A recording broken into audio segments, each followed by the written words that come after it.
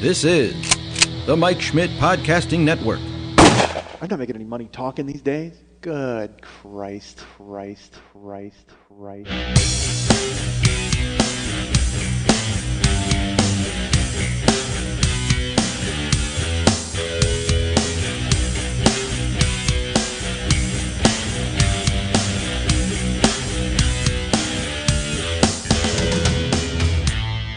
I'm a dick, folks. I'm not going to lie to you. Still am. I guess I am a decent guy because I'm a fucking jerk. And I'm not a jerk. Apparently I'm a dick. I'm not an awful guy, but I've done so much ridiculous stuff. I'm an awful guy. Hey, what's happening? Mike Schmidt, 40-year-old boy podcast. I'm glad to have you all on board. And let me go ahead and take this moment right now to apologize to everyone out there for making fun of you because of the snow.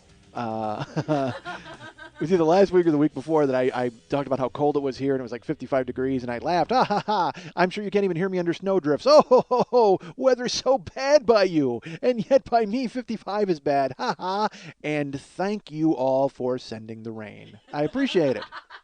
That's really nice. Apparently, the rest of the nation said, oh, that's pretty funny, Mike. Let's all take up a collection, and we'll get Superman or somebody, Professor X, to lift Seattle up and bring it over to fucking Los Angeles and just have Seattle over us for the next fucking week because it is atrocious outside. And the real problem here is, look, we all know rain is bad, right? We learned that as children.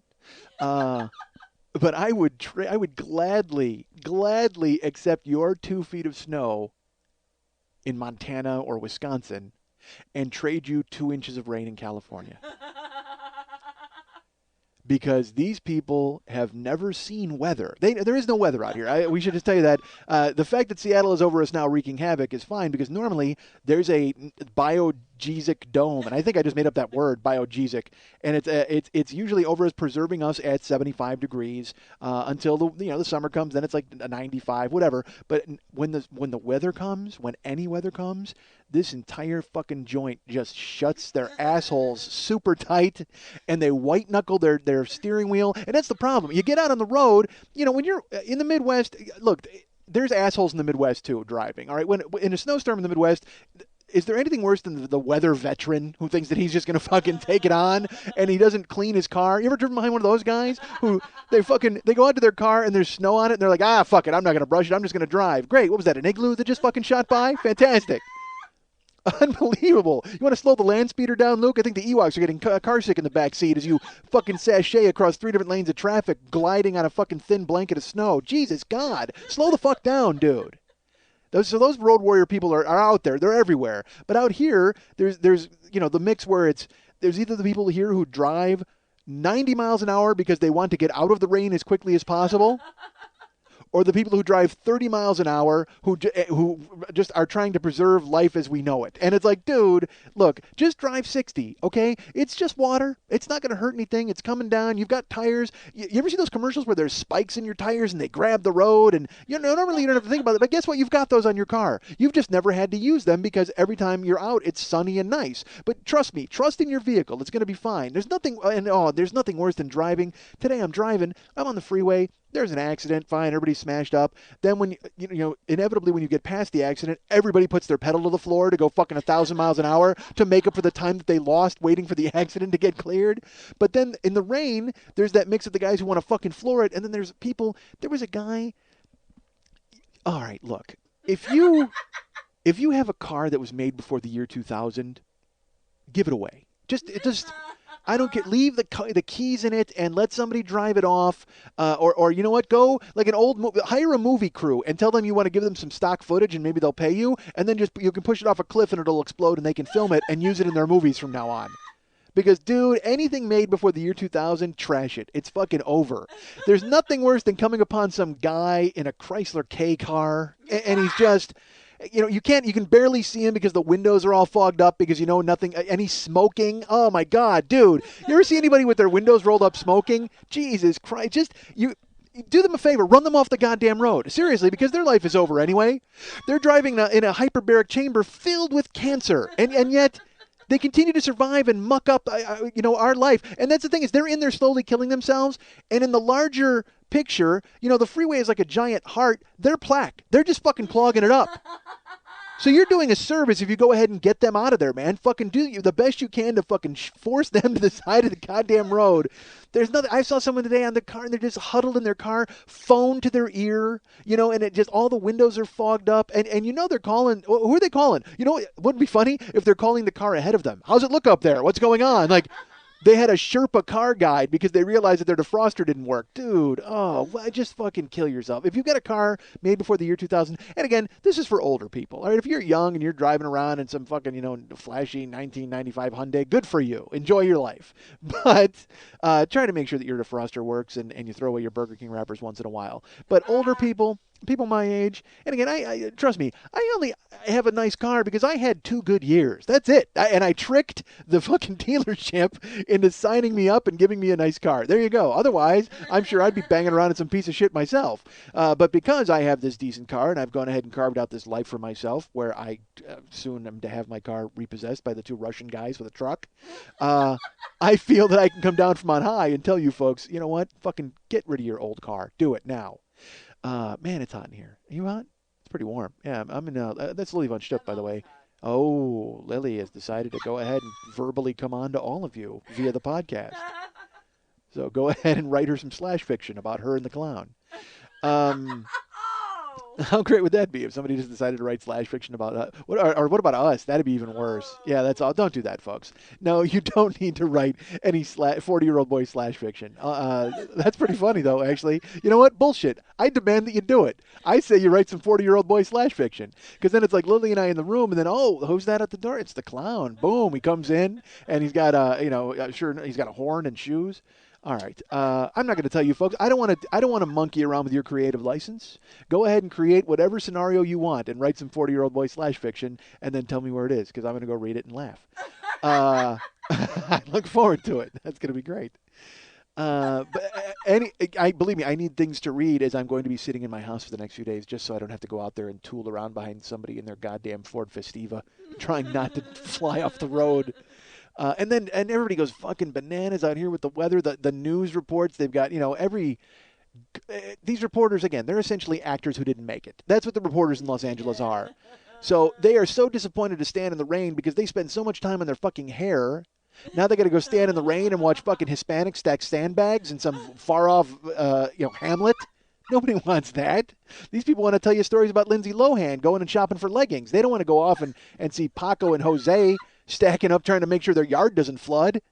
You can just hear the contempt and bitterness in their voice. They're standing there with a microphone while people are stacking sandbags. Like, dude, put down the microphone and help because La Cañada's about to fucking drown. By the way, La Cañada is Mexican for the Canada. And that might not be true at all. I don't even know. I may have made that up. La Cañada. That would be fun. What if you went there and it was all like Canadian? They were all but Hispanic Canadians. They had like a red, white, and green maple leaf on every house. All right. They played, and what you'd go to their Home Depot and there's like 25 Hispanic guys out there and they want you to take them home to play hockey. They're just standing there with their hockey sticks waiting to get picked up. They're looking for a game. Look, folks, we're all just looking for a game. That's what our lives are. Aren't we all just sitting around looking for a game? Yes. Whether you're working or you're playing, you're at home, you're with friends, you're alone, you're solo. If someone called you up and said, hey, man, you want to go play? Yes, absolutely, I want to go play. These guys are ahead of the curve out there in La Cañada. But not for long because it's flooding. I don't know if you've heard, folks. La Cañada is underwater. And Flint Ridge, too, is also being covered with water. And these are towns I wouldn't stop in for gas. I mean, I don't know where they are. I don't know how far they are. All I know is, folks, the mud is coming. That's what I keep hearing. The mud is on its way because of the station fire earlier in the summer. Again, folks, it's a joke that Johnny Carson made millions of times. We have fire season and we have flood season. That's what we have here. And we are right now in the middle of flood season, although now it's mud season because I've been told the mud. Wait, you know what? Actually, that sounds like a good title for some flash fiction for us. The mud season. Oh, enjoy it.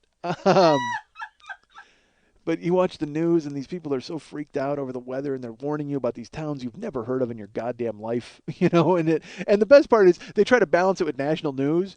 So inevitably, they've got some story about Haiti. All right, I watch. I'm sure we've all seen the Haitian woman who was dug out from the building. Incredible story. I mean, The only time I ever tear up watching the news is watching these people trying to keep their hair from getting wet, and I laugh at them. But watching that guy, the husband, and he hears the wife's faint voice, it was literally watching a movie unfold. It was a movie of the week unfolding in 2 minutes. And it has punch, and it has power, and it has gravitas, and it really brings home what's going on over there. And then they come back, and they're like, amazing stuff. Never give up hope. Never give up hope. Let's throw it up to La Cañada, and wait a minute, no, you cannot contrast La Cañada with Haiti. You can't. I mean, I've never been there. I don't know the level of devastation they've reached. I know that right now, apparently they have to use their wipers. I know that's the level of devastation. Oh my God, we're on wiper DEFCON 4. I've gone from intermittent to constant. Oh my God, things are horrible in La Cañada. Look, nobody's buried in the mud yet. If somebody's buried in the mud, go ahead and juxtapose that. But right now, you can't do it. I'm sorry. You're warning me about the rain and everybody. Oh, please, it's terrible out there, folks. Be careful. Apparently, there's going to be another inch of rain tomorrow. Great. In Haiti, people are fighting with machetes over ketchup packets. You are aware of that, right? In Haiti, everything I see, it's either a heartwarming story or, holy shit, that mob is angry. I mean...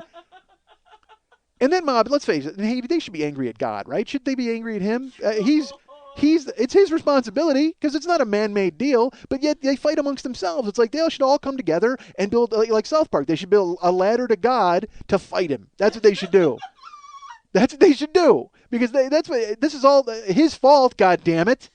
Oh, and I used a little blaspheme there, right there. I brought it home. So the rain out here, it's got us all on edge, folks. And it's funny. I've had all these plans of things that I was going to do, and I've had to curtail them because of the rain. What a lie! Let's face it. Anything that I had planned to do was curtailed because I am a lazy fuck. That's it. Rain just provides a great excuse. I mean, it just makes me go, I don't want to deal with the crazy people out there and the driving in the K car and the guy in the fight. All the bitching I just did, folks, in the beginning of the show, that's what I tell myself to keep myself at home so I don't have to go out and improve my life or advance my career. That's what I do. Oh, Christ. Have we been to this place before? I don't know if I want to go there. Jeez, and the rain is so bad and parking. I might get, I might get wet. I'm sorry, who's calling? What's that? HBO has a showcase and they want me to come out and perform. Have you seen it outside? I don't know if you have windows in your home or pull your blinds because Jesus, it's gray. Oh my Lord, it's gray. HBO's going to have to wait because it is gray. It's dry and gray. It's not dry. I wish it was dry. I wish it was as dry as that Puerto Rican pork outside, but it's not, folks. It's just that this entire thing is a walking puddle, and I've used it to my advantage to keep from doing anything. I'm supposed to go out this weekend. Pat and I haven't talked to him yet, but Pat and I were going to go. He even sent me an email. He's like, hey, remember, we're stalking Ted Nugent on the 24th. Because he wants to go get autographs from Ted Nugent. Now, those of you who are longtime listeners of this show will remember that we actually went and stalked Ted Nugent before. And we were there, and we watched the show, and then it was really hot out. That was summer. So we sat in the back waiting, and Ted never came out. I mean, we stalked. Certainly we stalked and waited, but Ted never came out. He sent handlers out to take a young child in the back and sign his guitar, but Ted himself never made an appearance. And then the next thing you know, there was like a net fell and a bomb went off and a bus drove, and then we're like, where's Ted? And he's gone, and forget about it. But because Ted Nugent is rock and roll's Great White Buffalo. That's what he is. He sang about it, and now he's become it. He's become our Great White Buffalo. Pat and I have to find him. So we were going to go stalk him at the same joint on the 24th. And with this rain, I don't know if I can do it, folks. I got to be honest. I haven't told Pat yet, although I got to be honest, Pat's he's just as big a sissy, if not bigger sissy than I am. So he's probably, because cold I can do, if it's cold, who gives a fuck? That's fine. But rain, ooh, ah. Hi, I'm a lady. But I'm sure Pat is going to find a way. I haven't heard from him yet. I'm wondering if he's going to try to get out of it. But I know that I would try to get out of it. But there part of me though thinks that this is perfect weather to stalk Ted Nugent, because now I'm pitting my survival instincts and hunting skills against the master. Because that's Ted Nugent. First and foremost, rock star, but also acclaimed hunter and outdoorsman. Well, Jesus Christ. I think I had to go there. You know what? We're going on the 24th. I say we go on the 22nd and start building like a stick hut. That's what we should do. Pat and I should build like a Nugent Blind. That's what we need. We need a Nugent Blind. And we need to find a TED call that we can blow, like when he shows up. You know what? We need an elaborate plan. That's what Pat and I need to do. You know what? Because you want to catch a TED, you got to think like a TED. You got to act like a TED. I think Pat and I got to show up like 3 days early and wear loincloths. And just fucking sit there and play nothing but Nugent songs, play fucking free for all over and over, and get into the mindset of trying to catch him. It'll be great. It'll be like Altered States, where he climbed into the goddamn hyperbaric chamber because he wanted to expand his horizons. We will go and become Nugent. We're becoming Nugent, and we'll blow. And so we need loincloths, we need bows and arrows because we can hunt. We'll have to hunt to sustain ourselves while we're there, or we could probably just go to the Burger King, which is like 3 buildings away. But I say we hunt because we got to learn we got to fucking act like a TED. God damn it, and we got to blow our TED call, which is I have no idea what a TED call would sound like. It would be you know what it would be like because a duck call is like, although with less thumb like rubbing on the thing. Is that what a duck call sounds like? I think so, right? Folks, I keep. You know what's funny? I keep putting fingers in my mouth to try to make to make it constricted, like for a duck call. That's kind of like a duck call, I guess. So, but a TED call would be like, yank me, crank me, don't wake up and thank me. Yank me, crank me, don't wake up and thank me. And then he would immediately, you know what? We will be in our loincloths in the Nugent Blind, and we will have our TED calls, and we will lean over and be like, Wingo, Tango, Wingo, Tango. And the bus will be there, like steam, and all of a sudden, the door will open. Nugent will just poke his head out, sniffing, because he knows something's up. And we'll see him. We'll see him there, and we'll just be like, oh, fuck, dude, he's there. He's there. Stranglehold! Stranglehold! Stranglehold!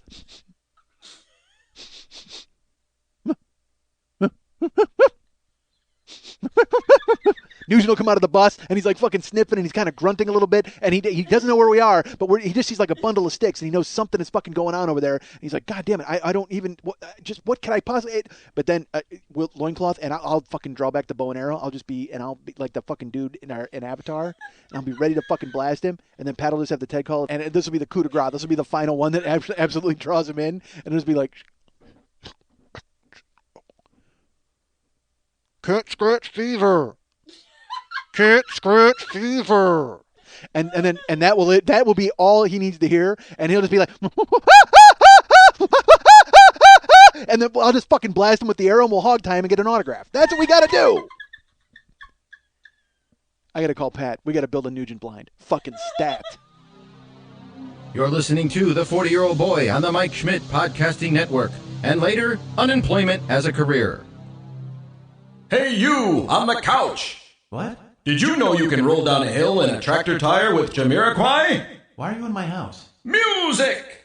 The 40-Year-Old Boy Travel Agency has been hooking up bands and their fans for excursions since 2009. Why is your voice like that? You can go zip-lining the Grand Canyon with the Spin Doctors, or a motorcade through Dallas with the Dead Kennedys. Why is my voice like that? How about Ultimate Frisbee with Scritty Politti? Or miniature golf with Lisa and the Cult Jam? You know, turn off that music. Music! How about collie stick fighting with Joe Jackson? Or a cattle drive with Kaja Gugu? The 40-Year-Old Boy Travel Agency. Because old bands never die, they just go on vacation. Kaja Gugu? Lili just burped really loud. This is brutal. Like I'm in her room and she just. By the way, I'm bringing it down here, folks. Have you noticed? I'm bringing it way down because my throat is all fucked up. I don't know what it is. And again, you're tired of hearing me bitch about being sick, but my throat's been screwed up for about a month and a half. Like it hurts to swallow, and I know a lot of you are thinking to yourself, "Well, don't swallow." And I'm thinking, you know what? That's not an option.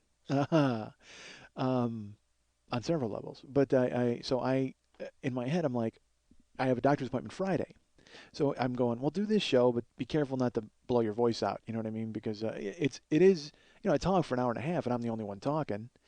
So inevitably, there's going to be some sort of. If you listen to shows, it's funny. In the beginning of the show, I'll sound, good, and by the end of the show, to my ear, I sound fucking ragged. Like, I mean, it sounds like someone set a firecracker off of my throat, which actually somebody did, and so that's. But so I told myself not to blow my voice out, and then I do Ted Nugent as an ape and ruin everything. So now I'm trying to. I just drank cold drink, and I'm trying to get everything squared away. And so it's funny because I wanted to talk about the Harrison Ford movie, and then I said you can't do it because it'll fuck your voice up. Because in that commercial, it's Harrison Ford and Brendan Fraser. I think the movie's called Dueling Hair Pieces. I'm not sure, but it's actually that's a lie. Harrison Ford has his real hair. Brendan Fraser bald as a fucking eagle. Which Brendan Fraser's bald. Wow. Yeah, he's bald. That's a piece. I told the story. Did I tell the story with you or was it with Eric when I ran into him at the store and he's wearing a hat and you could basically see his temples and you could see the piece up close. It was not good.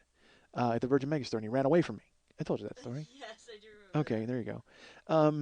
But then that commercial, they're having that argument where Brendan Fraser's trying to spur him on to do some work. The best part is it's a movie about saving Brendan Fraser's sick kid, but the trailer makes it look like an action adventure because they have to try to spin it where they're like, it's Harrison Ford, come and see it, please, because nobody wants to go see a book-learned Harrison Ford. You know what I mean? And quite frankly, I'll be honest with you, I don't even want to see Harrison Ford. I fucking hate Harrison Ford. I know that sounds awful. Pat busts my balls about it all the time, but I don't care. I didn't see any of the Hunt for Red October movies. I should have, I guess. I didn't see Patriot Games, where he's the president. Because isn't there a fight and he throws Gary Oldman off a plane? I mean, it just looks so ridiculous to me. I don't get it. I mean, I guess he's a two-fisted old guy and he's ready to kick ass, but that's so that people think that. Then they put out the ad for this movie, and then you have to think he's a two-fisted old guy who's ready to kick ass, but he's a scientist. It's like, dude. So in the commercial, Brendan Fraser says to him, "Hey, we work around the clock," and Harrison Ford says, "I already work around the clock."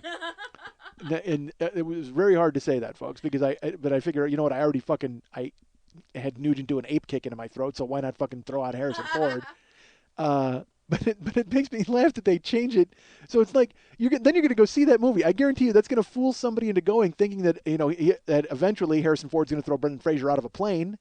But no, it's just going to be them having medical breakthrough after medical breakthrough and putting pencils behind their ears. That's it. That's what it's Lorenzo's Oil. That's what that movie is. It's Lorenzo's Oil, but they want to make it look like Lorenzo's Oil with fistfights. Which, I mean, who saw Lorenzo's Oil and went, God, I wish a fistfight would break out?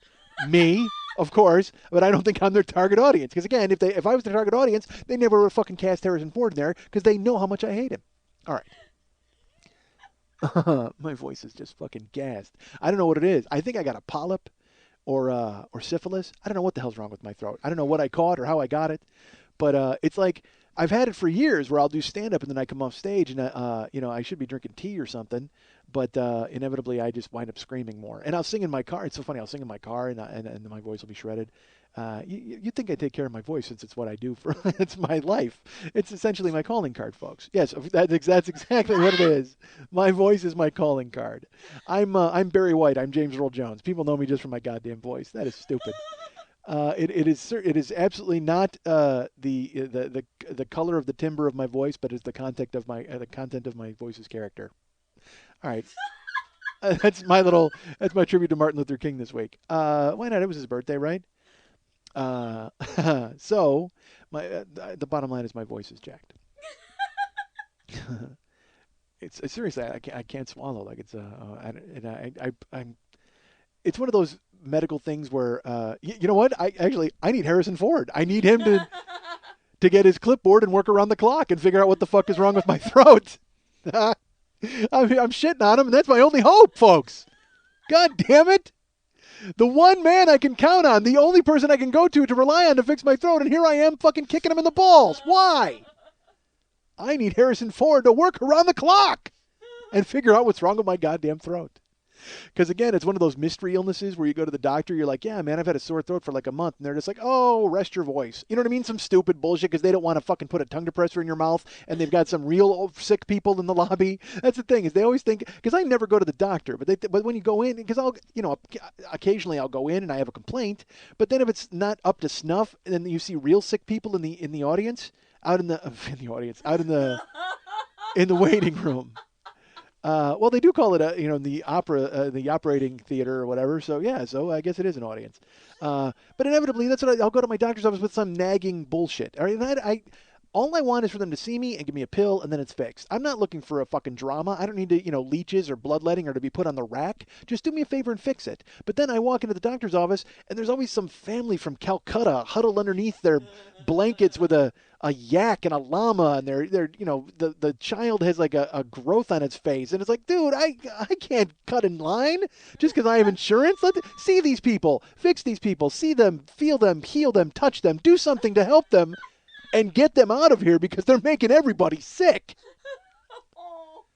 I'm serious. And you walk into the goddamn clinic, you're like, oh, you know what? I got a sore throat, maybe a tickle in there and a cough. I'll go ahead and get it taken care of. And you walk in, and inevitably you're just, there's the laying on of the hands, and the lepers have come forward trying to get change from you. Oh, God. Do me a favor, you peg leg. Fucking back off. I just got to get a lozenge. But that's what I don't want to be told. I don't want to be told, oh, yeah, suck on a lozenge. That's what I don't want my doctor to say. I want him to do the battery of whatever. Or refer me, you know what? Send me to a throat guy. The eye, ear, nose, and throat guy. Well, no, fuck all that. Fuck eye, ear, nose. Those are fine. Send me to a throat guy and have him get in there and poke around a little bit and take care of business. Because I can't wait for him. He's going to go, well, what do you do for a living? And I'm going to go, well, I don't do really anything for a living. And he's going to go, you talk a lot? I'm going to go, well, I got a show where I talk, and it's going to be fine. And then he's going to go, well, you need to, stop talking.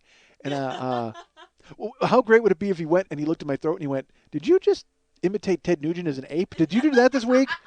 Because that's only exacerbating your condition. What the hell? You can tell all that from inside? That's a throat guy I want to see. That guy's going to have knowledge to impart. I don't want some fucking bullshit guy who just claps his hands like a blackjack dealer and backs away from my throat. I want somebody to get in there two fucking fisted. Climb into my goddamn throat and figure out what's happening. Yeah, you heard it. Hey, you got nothing. You can't make a face at me. I walk in here, folks, there's a cock ring on the floor. It's not a cock Okay, ring. yeah, all right. Feel free to go ahead and make all the excuses you want. But I'm sitting here. I dated a fucking gorilla or a whale. I don't know. Well, no. It was like this big. It was huge. Well, Like I mean, 4 inches. Okay, well that's fine. Because I walk in, there's a steel ring on the ground. It's just I go, really, a cock ring on the floor. It's bad enough I stepped on the magic wand that day, the Hitachi magic wand. It's like, yeah, that was great, sure. I've got to boil my shoes. All right. So I'm ill. Not ill. I mean, I'm fine. But just my throat is all fucking gacked. But then the weather's not helping, and then sitting here in this hot, moist room. That's for your slash fiction, folks. Write that up. Mike walked in to do his show. Tentatively, there was a cock ring on the floor. There you go. I'm starting you off. I'm kicking you guys off for your slash fiction.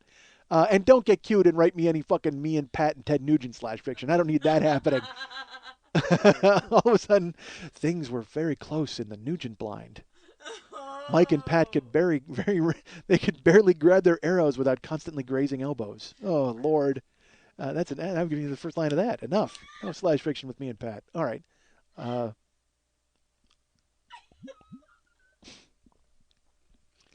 have to keep drinking to make my throat work. You're taking that out. Fuck that. No, I think it's funny as shit. All right, fine. Oh, no. Did you stop it already? Yeah, I did. That's fine. No, I didn't. Keep going. What? I didn't stop it. Folks, it's a new medium, podcasting. You can leave the mistakes in. So yeah, I keep breaking to drink. Like I've already gone through a bottle and a half of fucking Propel because I have to, unfortunately, and again, more fuel for the slash fiction. I have to keep lubricating my throat so I can go ahead and perform. And that is not the first time that sentence has been said in this room. I can tell you that.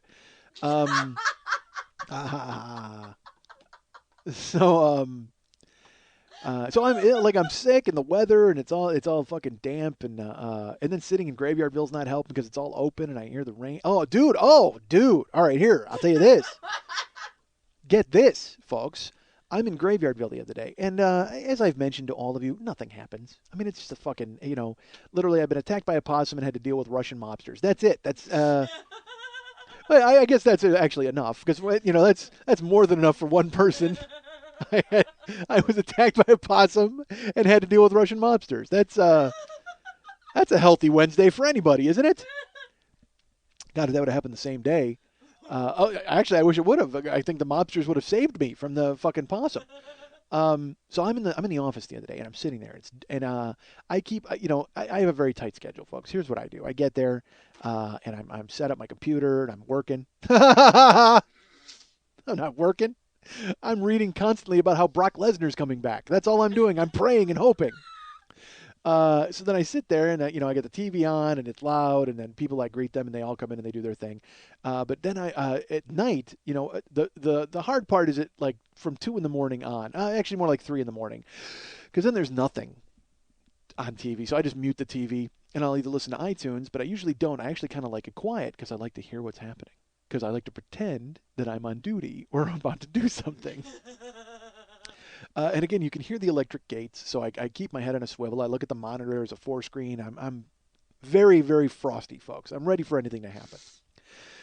But then around 4 o'clock, you kind of let your guard down a little bit because you realize nothing's going to fucking happen. I mean, nothing's happening at all. So the other day, sure enough, 4 in the morning, I'm in the office, and I'm sitting there and I'm looking at my computer. You know what I should do? I'm gonna Twitter a picture with my view from the office. Because I tell so many stories where I'm looking out the door and then nobody knows what it is. So, all right, so I will tell this story, and then you'll know where the possum was, and then you'll see exactly what I see during this story. So I'm sitting in the office, I'm at the desk, and I've got my computer in front of me, and a guy walks through the parking garage. I see him, he flashes through the doorway, and I look up and I see him, and I have no fucking idea where this guy came from.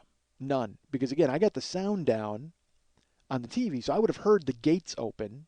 Sometimes what will happen is in this parking garage, on the other end of it, there's elevators that go up to the apartments on the other end of the building. So sometimes people that are guests of tenants will take that elevator down to the ground floor and then walk out and go, fuck, I'm in the parking garage. And then they're lost and they don't know where they're at. And then they'll inevitably walk out of the garage and look at me and they'll be like, oh, man, I got lost. And haha, how are you? Nice to see you.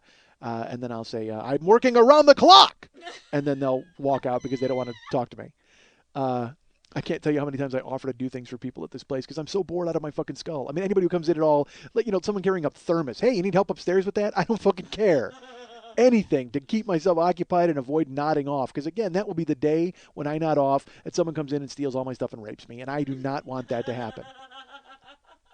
At least the stealing stuff part. I don't want that to happen.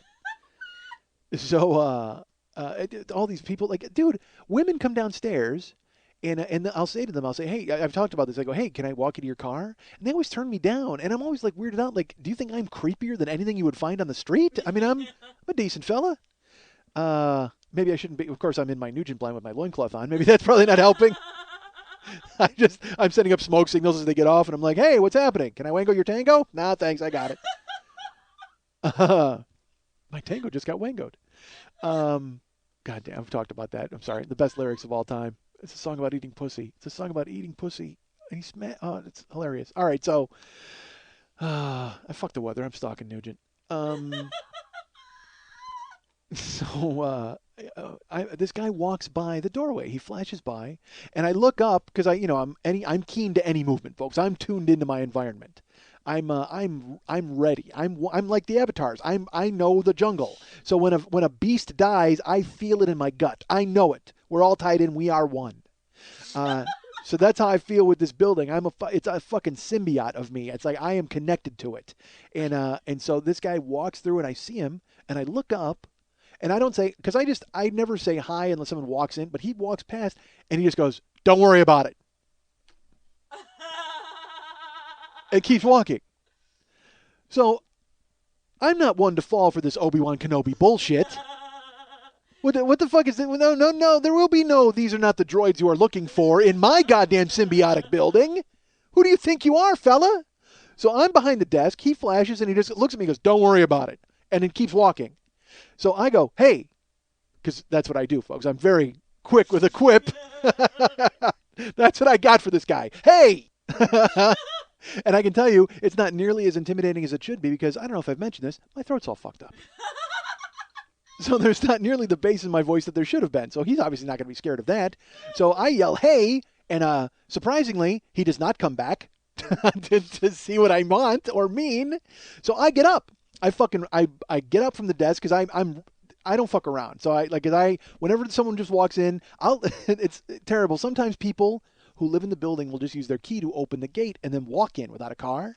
I will always go out in the parking garage and just watch them walk to wherever they're going, because I don't want anybody, fucking around. I'm on patrol, folks. I'm Barney Fifing it with one bullet in my goddamn pocket. I'm taking care of business. So I say, hey, he doesn't stop. So I book. I run out of the office and I run into the parking garage. And as I get into the parking garage, he's running. So now I know this guy's up to no good. This is not someone who was lost off the elevator in the back. This is some fucking nefarious villain who's come in to be a ne'er-do-well in my goddamn symbiotic building. I refuse to allow it. So I yell out there. I get out and I see him running. And I go, hey, dude, do you live here? And he runs over to the gate. And there's a tube on the floor that when you run over it automatically opens the gate. He runs over and he just stomps on the tube. Like he stomps on it like 3 times to try to get it open. He's fleeing. He's absolutely, it's not even like he's walking away from me he's actually fleeing. So obviously he's up to no good. I know this. So he starts stomping on the tube to try to get the gate to open and escape. And I go, dude, what the fuck? And he looks at me and goes, I'm just here to see Jeremy.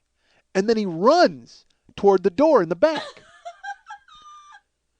So, at this point, I've done my job, folks. All right, I've chased him out of the parking garage because that's my domain. Okay? I'm not fucking neighborhood watch for the entire goddamn joint. I'm the master of the parking garage, and I make sure nothing bad happens there. So that's it. I've chased this guy off the premises. I am at the end of my chain. Okay? If I was a junkyard dog, I am absolutely on the last link. I've guarded my territory. That's all I needed to worry about. However, when you run out that door, the one that he split, if you go right, first of all, you go up steps and you go right, and then there's steps out to the street. There's a locked gate. He would run out that gate and he would be on the street and he would escape, and which is what I'm assuming he did. But if he goes left, he doubles back into the courtyard of the apartment building. He's by the swimming pool, and he has access to all of the first floor windows. So, we already know this guy's up to no good. And I don't give a fuck who Jeremy is. If he thinks he's going to get up there and take a left and wreak havoc on my goddamn building, he's got another thing coming. So what do, folks? I make a super quick decision. He fucking stomps the hose. I go, what the fuck, dude? He hits the doors looking for Jeremy, and I figure, all right, I can dust my hands and go, that's that. I chase this guy out of the garage. Or, it's time to be a hero. So I fucking sprint for the door. I chase this motherfucker. Because again, 4 a.m, what the fuck am I doing besides nothing? So I sprint, and I run out the fucking door, and there's the steps, and I hear a slam, and I don't know if it's him wreaking havoc by the courtyard, or if he leaves. So sure enough, I go up the stairs, and I hear the slam, and it's the locked gate. He ran out to the street. So there you go. I chased this guy off the premises. Worked out perfectly. For most people. But now I'm pissed off this guy would even think about crossing my path, quite frankly. And I don't even know what the fuck I'm going to do if I catch this guy. I got to be truly honest with you. I don't know why I'm chasing him. This guy could have a fucking shiv or a gun. I don't know what's happening. He could be there to kill Jeremy. I don't know who Jeremy is. All I know is he's up to no good. But now I've chased him completely out of the building, and I should just leave well enough alone. And you know what? Dust my hands, go back. But instead, fuck that. I run out to the goddamn street. I run down because I'm going to catch this motherfucker. I'm going to put him in a headlock and make him talk. So I run out to the goddamn street, and I get out there, and this is before it was raining. So I slam the door behind me, and I look around, and I don't see him. And I'm like, fuck, where could he be? And so there's hedges. And I'm like, what if he's hiding in the hedges? So because again, it becomes a larger thing than it really, I make it larger in my head. This guy he might have just left. I don't know. But I think, as far as I know, he's hiding. He's still lying in wait for Jeremy. I must protect Jeremy. Again, I never met him. I don't know who the fuck he is. All I know is he's got somebody after him, and now he's got a goddamn guardian angel who makes $12 an hour ready to fucking take care of business. So I go over to the hedges, and I fucking kick the hedges. I don't know if I thought he was going to fall out like an apple. I don't know what the fuck I was thinking, but I walk over, boom, I just soccer kick the hedges. And then I wade into like the hedges, and I'm shaking him to see if he's obviously not in the hedges. So I'm out there. There's nobody there. He's long gone. And what am I doing, right? What the fuck am I doing? I've made the building safe another day. That's fine. That's all look, folks, it's a day-to-day job. It's a thin blue line that we walk. And we hide behind our shield, and we just want to make sure everybody's safe. So I'm out on the street. I'm comfortable in the fact that Jeremy's safe. This guy is gone. And it dawns on me that in my haste to chase this guy out of the parking garage, I left my office door open. Now, the office is my sanctuary. The office is my headquarters. The office is where my laptop is. The office is where my iPhone is. The office is where my car keys are. The office is unprotected.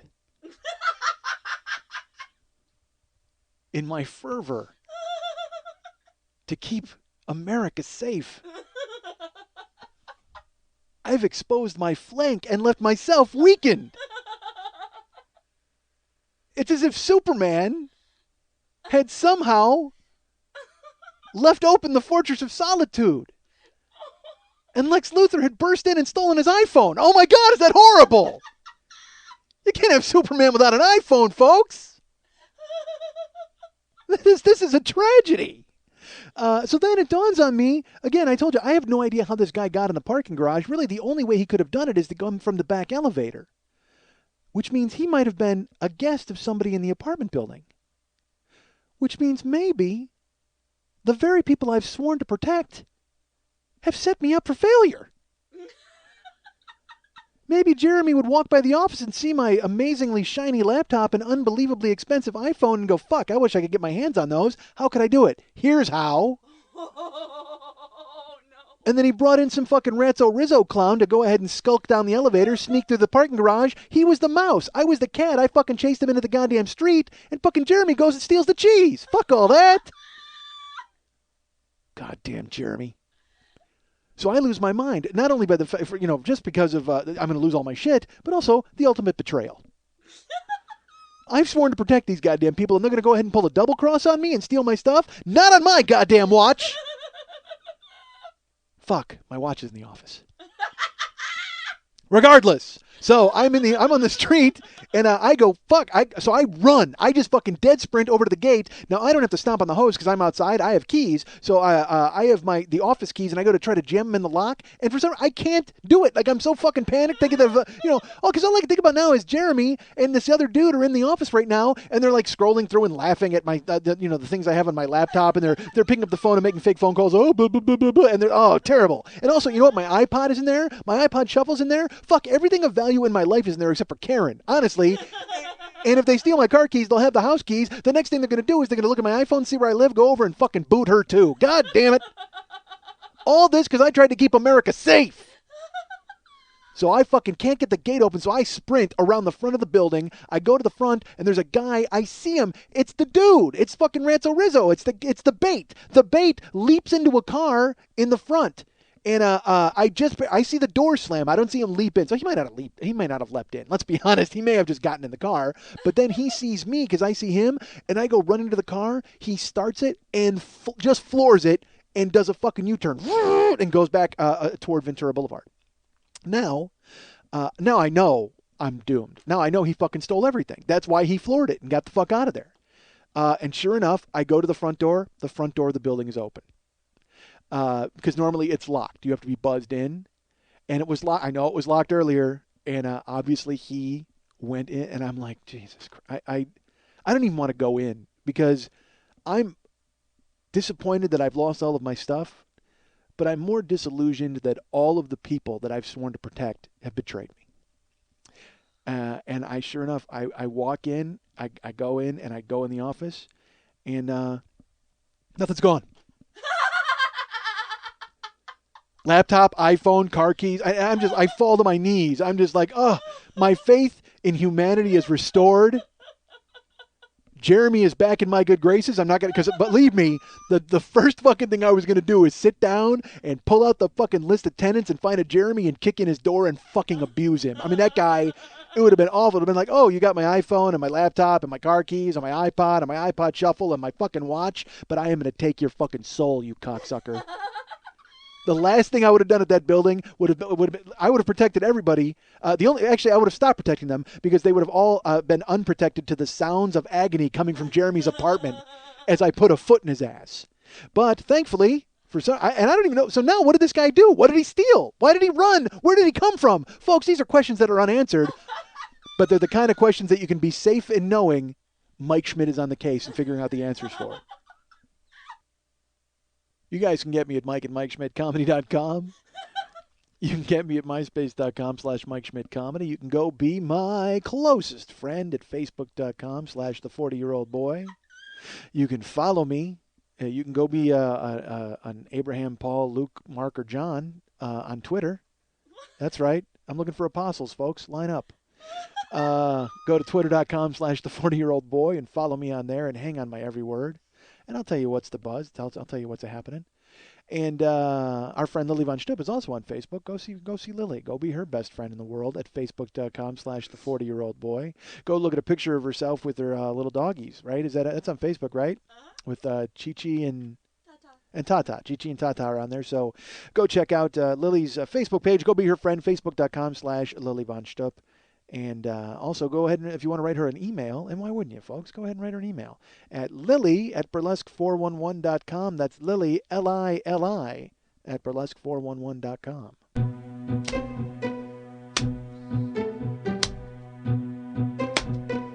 Hey, what's happening? It's me, Mike, host of the 40-Year-Old Boy podcast. I wanted to tell you guys about the Year One download set that's available at MikeSchmidtComedy.com. It's got all the original music. It's got all the original episodes of Year One, 52 solid episodes of comedy.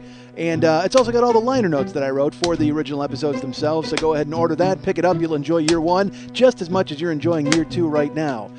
What? That noise in the background? Oh, yeah, that's me beating the dead horse as I try to sell you Year One over and over again. So go ahead and pick up the Year One download set from MikeSchmidtComedy.com. Ladies and gentlemen, it's the 40-Year-Old Boy. 52 episodes, $25, one brutally funny podcast.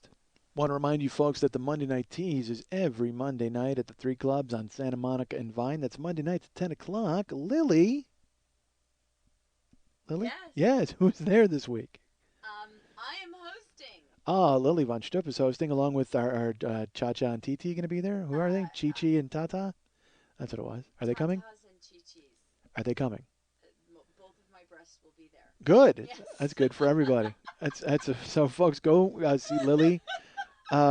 Sit through her jokes to see her tits. That's what pretty much everybody does there anyway. So go check out the Monday Night Tease. And are there other performers you'd like to plug or just yourself? We're very excited. We have a new magician with us this week. Who's this magician? Phil Van T. Phil Van T. Wonderful. I know that name for some reason. He's a real magician. Yeah, he's like a big timer lot of guy. places. Yeah, he's been like the Magic Castle and all those Yeah, kind of we've joints. got some incredible performers. Wow, folks! So go in and see because the dancing is great, and Lili always puts on a great bash over there at the 3 clubs. It's the Monday Night Tease because not only do you get comedian or not sometimes comedians, but magicians, and I mean folks, we know where I fall on magicians. I don't give a shit. There's a dollar bill and an orange. I just don't.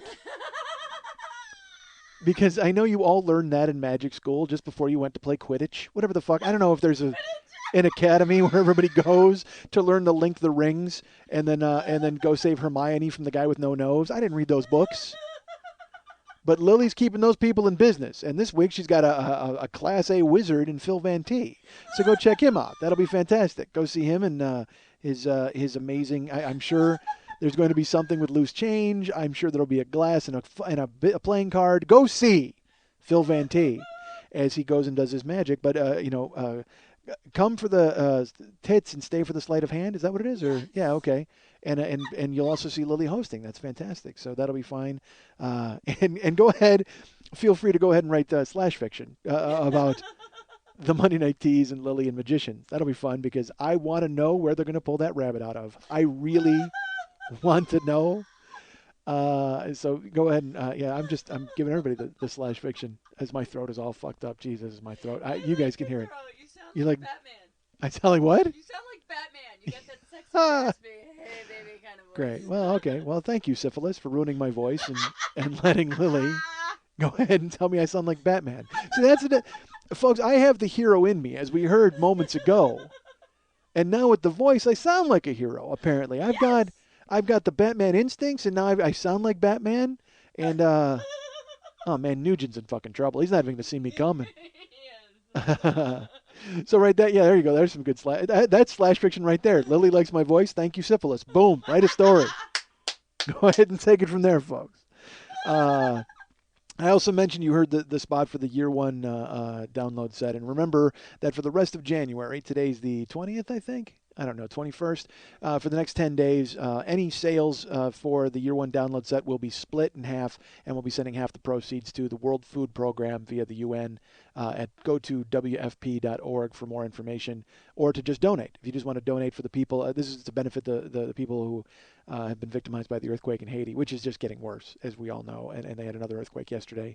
And also, I think even worse than these natural disasters, the reporters have descended on Haiti. Yeah.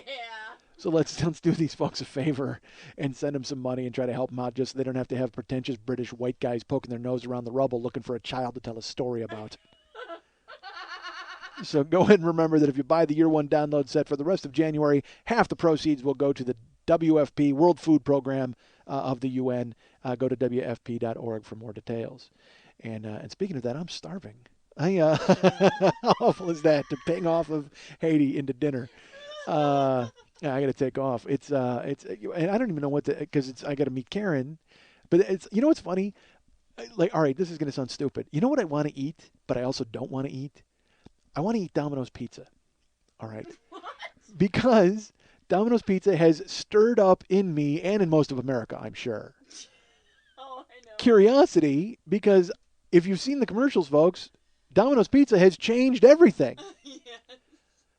I love those commercials because they have people in a conference room going, Domino's pizza, the crust tastes like cardboard, and the sauce tastes like ketchup. And they show like the CEO bury his head in his hands. And I'm thinking, dude, it took you to 2009 to ask people what they thought of your product? Are you fucking kidding me? We've been eating your fucking hand-tossed shit for years, knowing it's garbage. Domino's is garbage. That's all it is. The only time you order it is literally after 10 o'clock p.m. They finally just decided, you know what? I think we're going to have to go ahead and expand our customer base past stoners. Seriously, we need, because there's a whole other group of people out there we can go ahead and try to rope in their money if we just throw some oregano in the sauce. Because that's the commercial. That's what they think they did. They're like, hey, we've got herbs in the sauce. Oh, really? You just decided now to throw some herbs in your pizza sauce?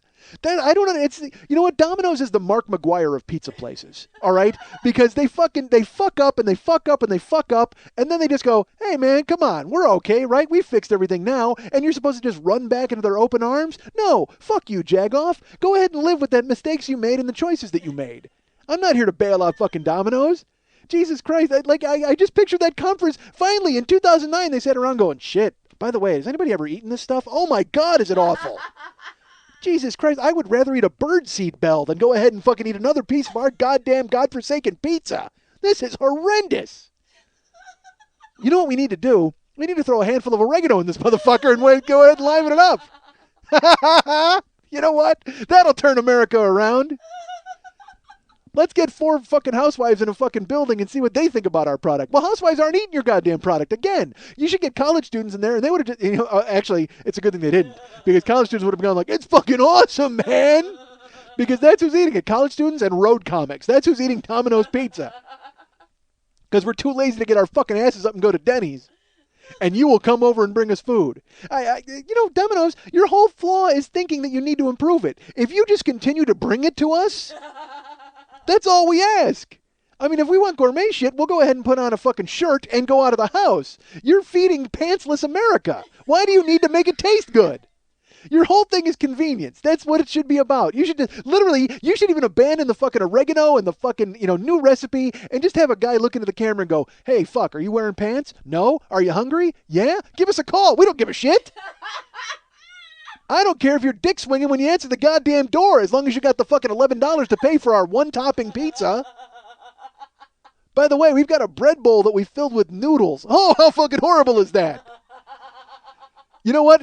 When we come to the door, just bend over and let us put a fucking gloved fist up your ass, because that's what it's going to feel like when you eat a bread bowl full of noodles. You're not even going to be able to get rid of it. You know what? When you shit, it's going to look like when people make noodles. You know what I mean? You ever see when someone fills a pasta bag and they squeeze noodles into a boiling water? You make homemade noodles? That's what it's going to look like every time you shit. It's going to look like an eel. You're going to have a shit eel come out of you because you ate a goddamn bread bowl with noodles in it. But you don't care, because otherwise you'd have to get dressed. You'll eat whatever the fuck we're selling as long as you can buy it naked. God damn it, Domino's needs that attitude. Fuck this, we're throwing a handful of oregano in and making it taste good. Bullshit, you should just call people on their nonsense and go, hey, fuck, seriously, can we be honest with ourselves? It's late, you don't want to get dressed, and we will bring you shit. Go ahead, enjoy it. And now the best part is like, because you used to have to call them to get that food. You don't even have to call them anymore. Before it was like you had to call Domino's. Even that was a hassle. Fuck, I got to push 7 numbers to get a pizza. Now, you know what? Go online, click, click, click, done.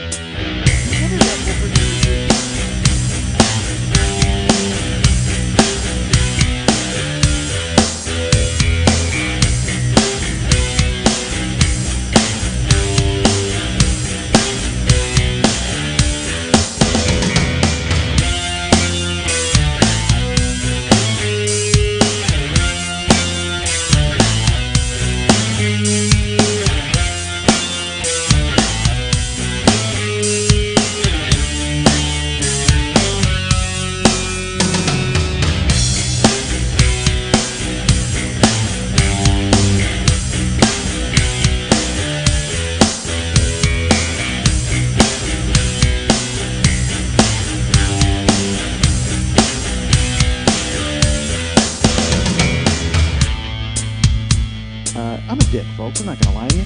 I'm a decent guy because I am a jerk. And I'm not a jerk. Man, I'm an awful guy. I'm not an awful guy. I am not a good guy. But I don't think I'm a bad person overall. So, and go ahead and by all means judge that.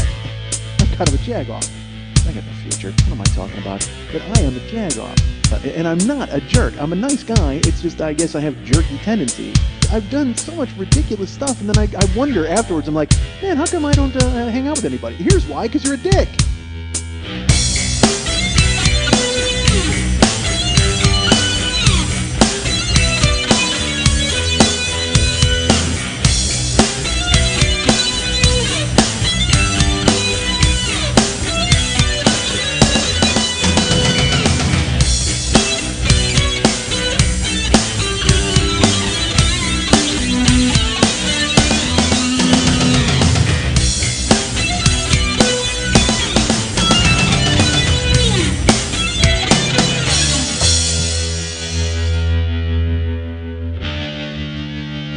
You're finished. You're finished. You're finished. You're finished. You're finished. You're finished. You're finished. You're finished.